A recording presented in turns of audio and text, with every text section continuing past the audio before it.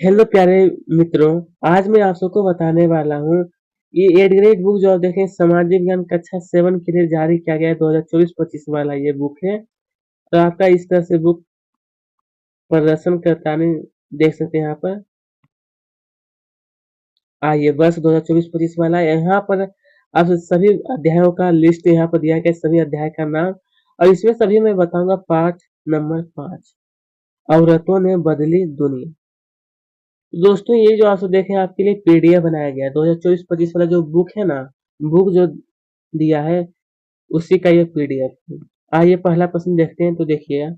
और साथ में देखिए पृष्ठ क्रमांक जो ये 56 जो दिया है ना पेज में का है, अंकित तालिका के अनुसार शिक्षा के किस स्तर पर सर्वाधिक बच्चे स्कूल छोड़ देते हैं, किस स्तर पर। तो यहाँ पर आप सब देखते हैं इस प्रकार से। तो ये जो हमारा प्राथमिक स्तर, उच्च माध्यमिक स्तर या फिर उच्च माध्यमिक स्तर। तो ये जो माध्यमिक स्तर का मतलब होता है, ये जो हो गया माध्यमिक का मतलब कक्षा 5 से लेकर के 8 का। चलिए अब यहाँ पर हमसे कहा गया है विन में कि अंतरराष्ट्रीय महिला दिवस आखिर कब मनाया जाता है। अंतरराष्ट्रीय महिला दिवस 9 मार्च, 18 मार्च, 8 मार्च या फिर 10 मार्च। तो ये हो गया 8 मार्च को यह मनाया जाता है अंतरराष्ट्रीय महिला दिवस जो है। सी में फिर हमसे कहा गया है कि निम्न में से किसका संबंध, अच्छा किसका संबंध है जो कि वो महिला महिला आंदोलन से नहीं है। चेतना जागृत करने, भेदभाव का मुकाबला करने, न्याय हासिल करने या फिर मनोरंजन करने। तो ये जो मनोरंजन करने से। चलिए प्रश्न 4 में फिर हमसे कहा है कि बेटी बचाओ बेटी पढ़ाओ अभियान की जो शुरुआत है आखिर ये कब किया गया था। इसकी शुरुआत की बेटी बचाओ बेटी पढ़ाओ जो अभियान है तो 2010, 2014, ये जो दिया है दोस्तों 2016 या फिर 2020। तो आपको आज रखना है बहुत ही दोस्तों ये ना इम्पोर्टेंट है। 2014 में यह अभियान जो है वो शुरुआत किया गया था। महिलाओं के हित में घर के अंदर शारीरिक एवं मानसिक हिंसा के विरुद्ध कानून बनाया गया था। आज का ये जो कानून है वो कब बनाया गया था। 2002, 2003, 2006 या फिर 2009। तो ये हो जाए दोस्तों में 2006 में यह कानून बनाया गया था। आइए अब हम लोग देखते हैं रिक्त स्थान वाला जो प्रश्न है। यहाँ पर आप लोग ध्यान पूर्वक देखिए। तो कहा है कि भारत में यहाँ पर भरा गया 83.5 कितना, तो 83.5% महिलाएं खेतों में काम करती हैं। कितने खेतों में। रमा रमाबाई को पंडिता की उपाधि दी गई क्योंकि वे संस्कृत पढ़ाना जानती थी। क्या थी दोस्तों, तो यहाँ हो जाएगा क्योंकि वो जो थे ना दोस्तों वो संस्कृत पढ़ाना जानती थी इसीलिए। आइए अब यहाँ पर कहा है रास सुंदरी देवी ने यहाँ पर भरा जाना बांग्ला भाषा में आत्मकथा लिखी। कौन सी भाषा में, तो बांग्ला भाषा में।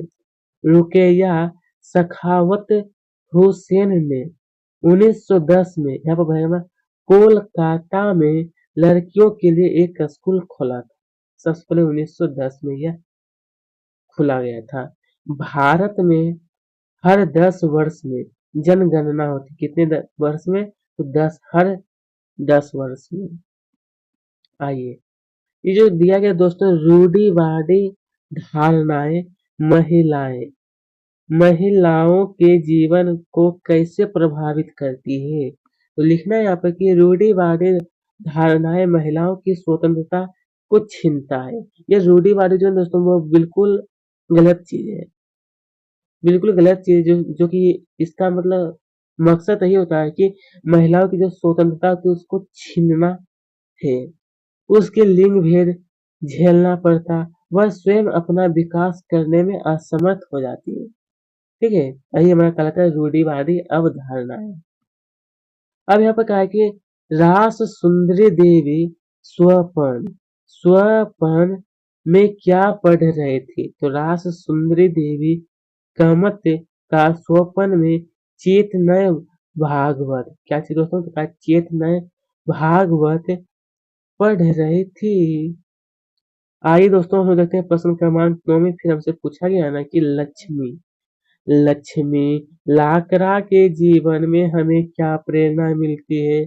लक्ष्मी लाकड़ा के जीवन से हमें तो लक्ष्मी लाकड़ा ने लोगों की सोच को डर डर किनार रखते हुए जिस तरह संघर्ष करते हुए अपना अपना मोकम यहाँ पर होगा दोस्तों। दोस्तों यहाँ पर आपको लिखना है मंजिल होगा यहाँ पर, ठीक है। अपना मंजिल हासिल किया, यहाँ पर आपको लिखना है मंजिल। मोकमा की जगह हो जाएगा मेरा मंजिल। आपको लिख कहीं पर कोई दिक्कत नहीं होता दोस्तों। कहीं पर एक शब्द भी अगर आपको गलत हो तो क्या तो मैं वहां पर सुधार करके बता देता हूँ।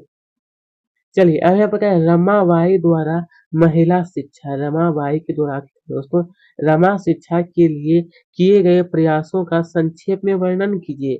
तो उन्होंने 1898 में पुणे के पास खेर गांव में एक मिशन स्थापित किया जहां विधवा स्त्रियों और गरीब गरीब औरतों को पढ़ने लिखने तथा स्वतंत्र होने की शिक्षा दी जाती है। ठीक है, ठीक है दोस्तों। अब यहाँ पर क्या है, रुकैया। दोस्तों यहाँ पर आखिरकार हमसे कहा गया कि रुकैया सखावत हुसैन द्वारा लिखित कहानी सुल्तान का स्वपन की मुख्य बातें लिखिए। आखिरकार ये जो स्वपन है इसकी मुख्य बातें लिखिए।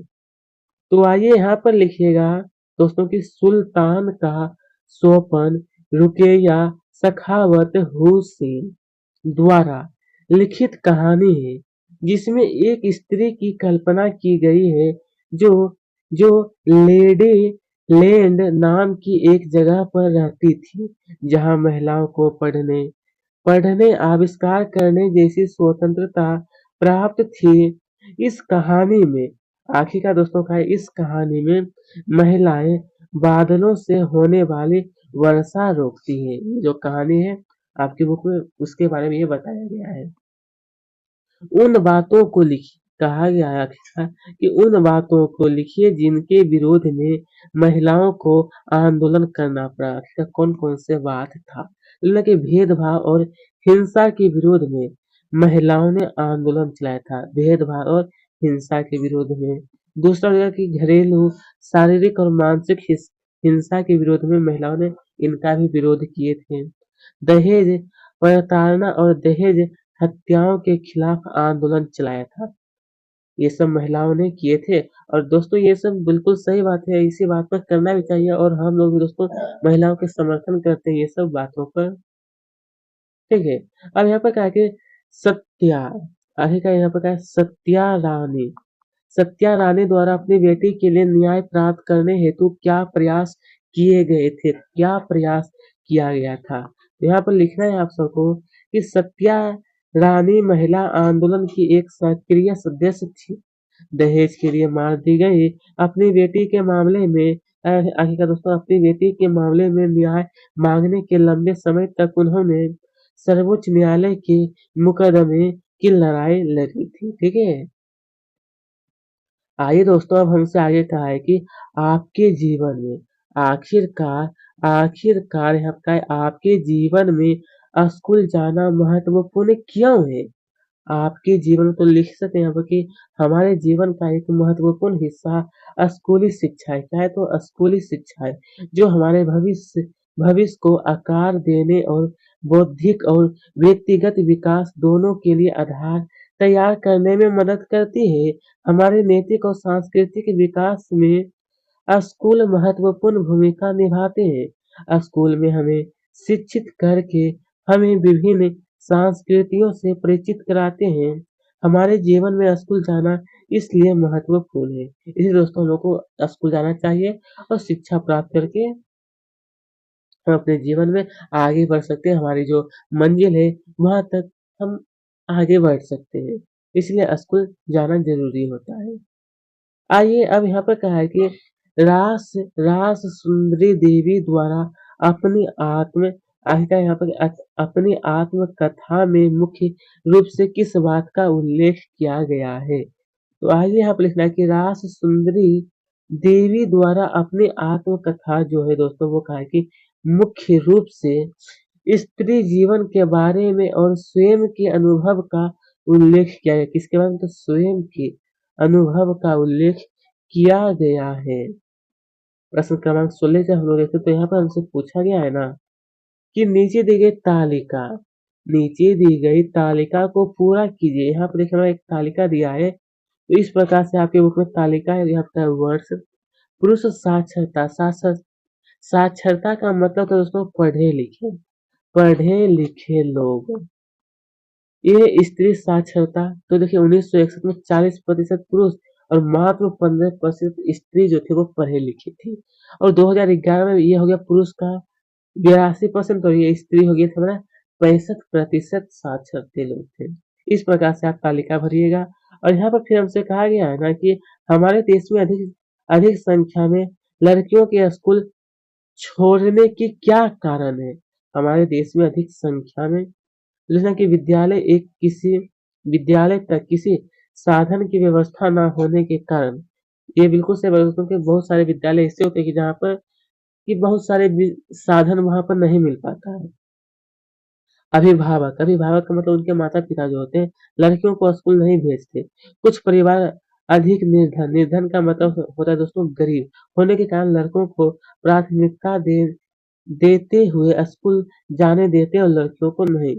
लेकिन अब ऐसे दोस्तों ये जो है धीरे धीरे ये समाप्त हो रहा है और लड़के और लड़कियों दोनों को मुख्य रूप से पढ़ाया जा रहा है। ठीक है। औरतों के अधिकारों के संबंध में जागरूकता फैलाने हेतु कौन कौन से माध्यमों का प्रयोग किया जा सकता है? औरतों के अधिकारों के संबंध में, जैसा कि औरतों के अधिकारों के संबंध में जागरूकता फैलाना भी महिला आंदोलन का एक प्रमुख कार्य है। फिर आप लिखना कि गीतों, नुक्कड़ नाटकों वे जन सभाओं के माध्यम से वह अपने संदेश लोगों के बीच पहुंचाता है। अब देखिए दोस्तों यहाँ पर हमसे कहा है कि प्रश्न 19 में कि प्रोजेक्ट कार्य जो दिया गया है तो इसमें कहा है कि आपके आस पड़ोस की 10 महिला की जानकारी निम्नलिखित प्रारूप में लिखी जा सकती है। मतलब आपको तो बताना दोस्तों कि 10 महिला के नाम लिखना, जो जानकारी प्राप्त करके उनका लिखना कि आखिर वह क्या करते हैं। तो यहाँ पर आप चाहे तो लिख सकते हैं, मैं बता देता हूँ कि महिला एक, कार्य जो था वो गृहिणी खान और खान हो गया। यहाँ पर ये हमारे देखिए खान पान जो है वो क्या शाकाहारी, पहनाव जो है वो साड़ी और सलवार। चाहे तो दोस्तों यहाँ पर देखिए थोड़ा सा हमको लग रहा है ना गृहिणी, ये जो खान पान ये अलग है, शाकाहारी ये अलग है, पहनाव को अलग कर देना है। इसी प्रकार बागवान चाहे तो आप लिख सकते हैं, अन्यथा इसे छोड़ भी सकते हैं। ठीक है, ये आप देख सकते हैं कम से कम 10 अगर कहा तो 5 लिख लीजिएगा, अन्यथा छोड़ भी सकते हैं। चलिए तो प्यारे दोस्तों आज का वीडियो हमारा है प्रेस समाप्त। अगर आपको हमारी वीडियो अच्छी लगी तो हमारे चैनल को जरूर सब्सक्राइब करें और वीडियो को लाइक। धन्यवाद।